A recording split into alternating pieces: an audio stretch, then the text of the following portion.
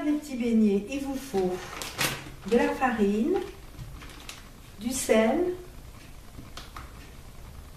de la poudre levante.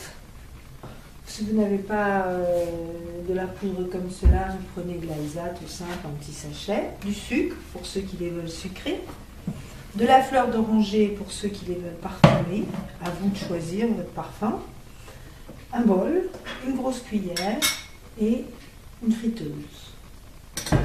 Tout d'abord, on prend la farine. Moi, comme je suis toute seule, je prends une cuillère. Une cuillerée à farine. Vous multipliez par le nombre de convives pour qui vous voulez cuisiner. Ensuite, on met le sel. Ne jamais oublier le sel, c'est ce qui donne le goût.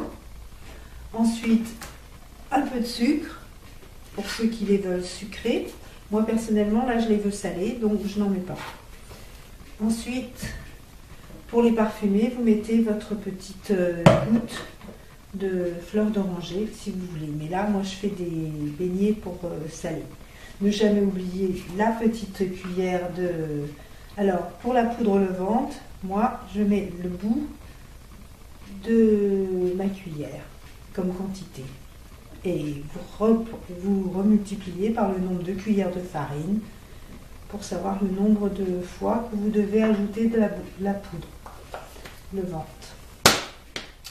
Ensuite, pour mélanger votre pâte, vous voyez, j'ai un doigt d'eau pour une cuillerée de farine. Vous mélangez, ça ne doit être ni trop liquide ni trop compact.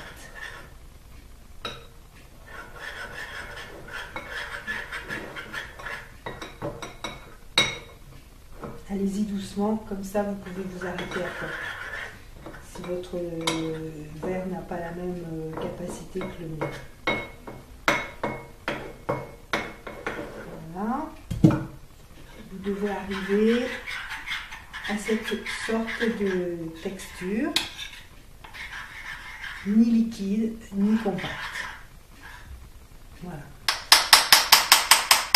Vous laissez reposer et vous mettez à chauffer votre huile. Il faut que votre huile soit bien chaude. Pendant que votre huile chauffe, votre pâte repose un petit peu et vous pouvez ranger vos ingrédients. Pour savoir si votre huile est bien chaude, vous faites tomber juste une toute petite goutte de pâte et il faut attendre que celle-ci remonte à la surface en faisant des petites bulles. Quand elle est bien prête, vous pouvez y aller. Moi personnellement j'aime les tout petits beignets, donc je prends une cuillerée et je fais tomber doucement ma pâte. Voilà. Voilà.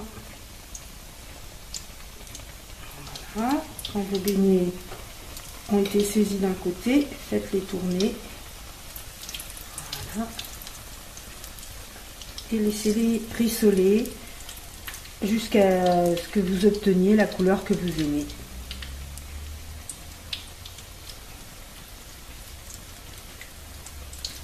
Si vous avez une friteuse électrique, évidemment, vous secouez le panier.